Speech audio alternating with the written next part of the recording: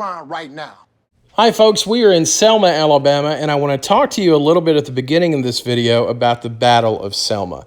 Now, in 1865, when this battle was fought, the Civil War didn't have much more to go. The South was on its heels. Their forces were spread out amongst several different southern states.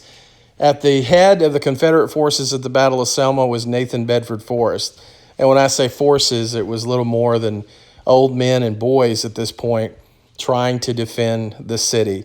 But because Nathan Bedford Forrest was their commander, they still felt there was no way they could lose. He had lost so few times.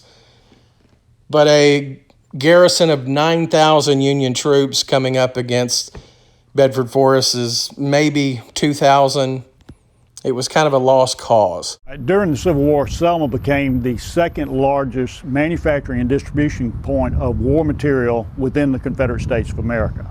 In the latter part of the war, in the last year and a half of the war, it is estimated that Selma supplied a half to two-thirds of all the munitions and supplies used in the western portion of the Confederacy. At the time of Selma's capture, the inventory of the arsenal was cataloged and made a matter of record. And at that time, within the arsenal was over 1 million small arm cartridges, over 60,000 artillery shells, on and on and on. So Selma was not insignificant. In the end, Nathan Bedford Forrest troops would lose the Battle of Ebenezer Church, and then they would go on to lose the Battle of Selma without really causing the Union any type of stall or delay, and they would continue their pursuit. Many of those brave men and women that fought to defend the city of Selma are buried right here at the Live Oak Cemetery. Truly, might possibly be the most beautiful cemetery I've ever seen. And I'm going to take you through just a brief glimpse of this wonderful place. The Live Oak Cemetery was established in 1829, which puts it right around the founding of the town, very, very close to it. It would have an extension in 1877, so you have a lot of very old graves here. And one of my favorite family plots is this one we're looking at right now, the Jones family. We don't know just a ton about them. They were a wealthy family. This is one of the daughters, Sally Jones Featherston. She lived to be in her 50s and would die in Georgia, and her body would be relocated here to Selma, Alabama. Her other sister, Drury Faith Jones, was only 22 when she passed away in 1877. Her father lived to be only 27, Richard Starkey Jones. Their mother, however, lived to be 88, and her and Sally both were in Georgia when they passed away. This is one of the few things that we actually know about the family, this document from when one of their plantations were sold in 1866. So during the Civil War, the children, Drury and Sally, had been very young. And when their father passed away in 1858, a lot of his possessions were actually passed on to them, including his land holdings. So the family by 1866 had gotten into a bad financial state and had to sell everything, including the personal possessions in the household. And this was a common occurrence for many Southern families that had had wealth before the Civil War, and by the end of it and years thereafter into Reconstruction had lost it. But they had enough by the time their family members died to have these pretty ornate representations of them. So at some point, or through the sale of that personal property, they managed to do okay for themselves, it would appear. Another famous person here at the Live Oak Cemetery is William Rufus King. Now, William King was not only a senator from the great state of Alabama, he was the vice president of the United States. He was the VP under then President Franklin Pierce, but for only 45 days. He was in extremely poor health, and he would actually be sworn in Cuba, of all places. He mentioned to Franklin Pierce that he did not want to be nominated for VP because he knew his health was failing. But because of his importance as not only a friend to Franklin Pierce, but in consideration of what he had done for the United States, they wanted to give him that honor. He was considered a very moderate politician, and he was unable to find common ground for the North and South. He was one of those politicians trying to avoid an all-out civil war that, of course, would come not too much longer down the road after he passed away. He also was one of the founders of Selma and came up with Selma, Alabama's name. It is very easy just to spend a couple of days walking around this cemetery. It is so serene and so pretty. It's well kept, and it's kind of just in the middle of town. It's a very active cemetery. There are cars going through it all the time. I don't know if that does something to keep it alive. I feel like it does. Just the fact that there is the presence of people so much, I really feel like it gives an energy to the area.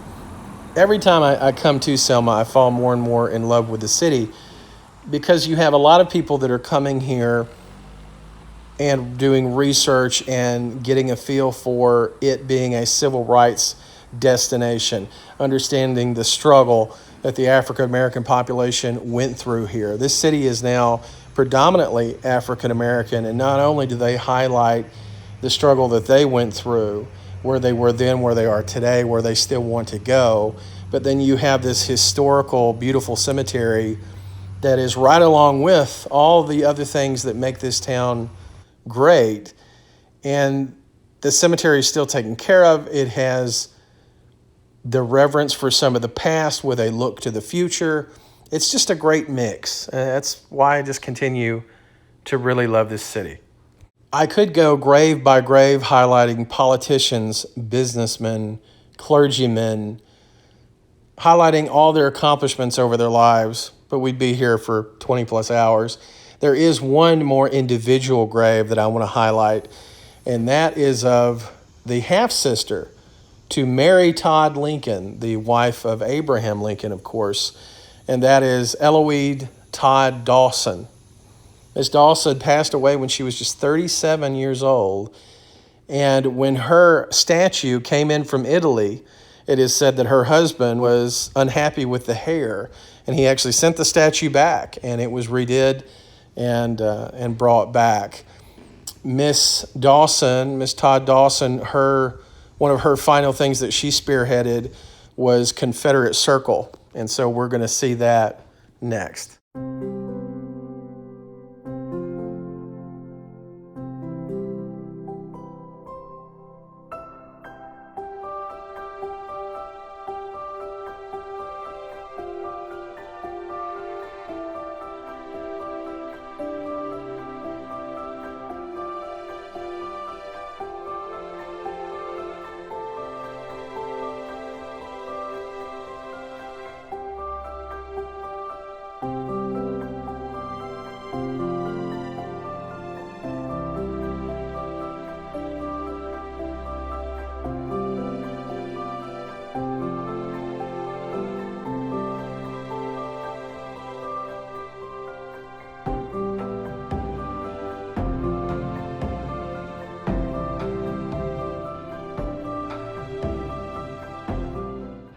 Confederate Circle here not only honors those that fought in the defense of Selma, Alabama, but it also honors several of the leaders within the Confederacy: Nathan Bedford Forrest, Robert E. Lee, Jefferson Davis, the only president of the Confederacy. So not only in the old Live Oak Cemetery in Selma do we see monuments and graves to former Confederate soldiers. That's just a small piece of what this cemetery is. You also see the graves of people like Benjamin Sterling Turner. Born a slave, he would become a successful business owner, and after the Civil War would seek political office. He would be the tax assessor, councilman, later would be a Republican representative for Alabama. After his political career was over, in which he fought tirelessly for civil rights, he would go into the agricultural sector and pass away at the age of 69.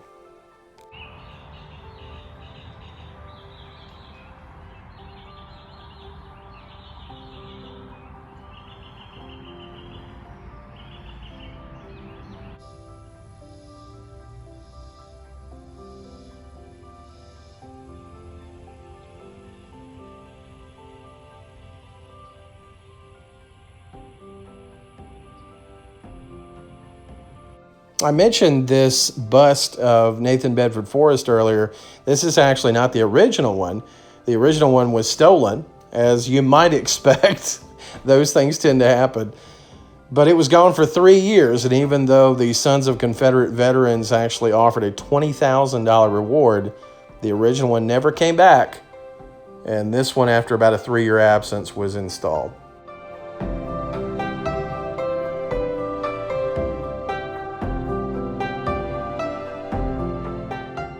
Now, this next one is a unique monument. This is a monument not to Jefferson Davis necessarily himself, but to Jefferson Davis's chair.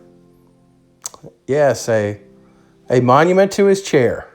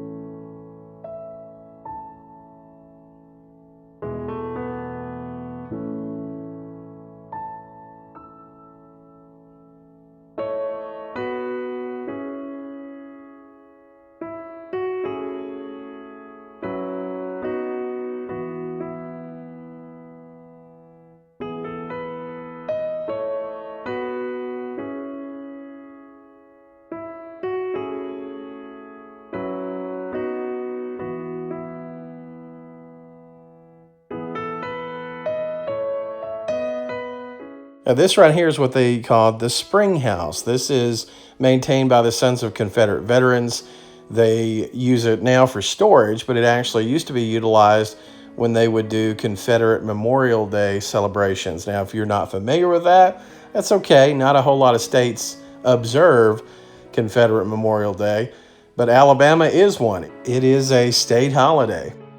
It is in April each year, and they still go out and put flags on the gravestones.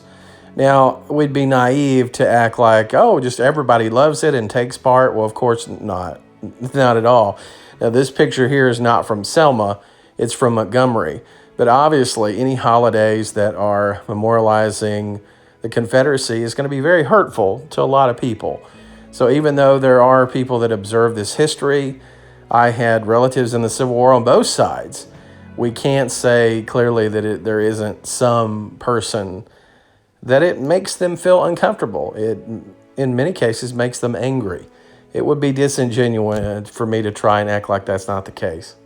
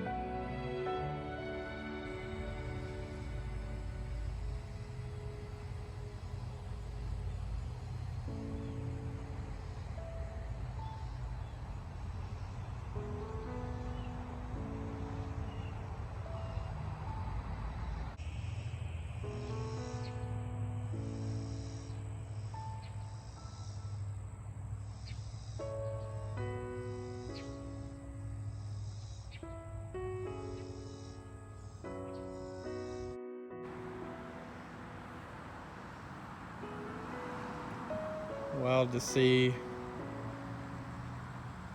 this wrought iron, how long this has been here. I would say this was probably put up in the early 1900s into maybe the 1920s. That's when a lot of patriotism, nationalism really started to creep back up, and a lot of statues were put in to honor those lost during the Civil War. And so this one says, "Our pastor." And this one is in remembrance of Reverend Arthur Small, pastor of the Presbyterian Church, Selma, Alabama. And he fell at the Battle of Selma, April 2nd, 1865. The old bench, I would say this has been here a long, long time.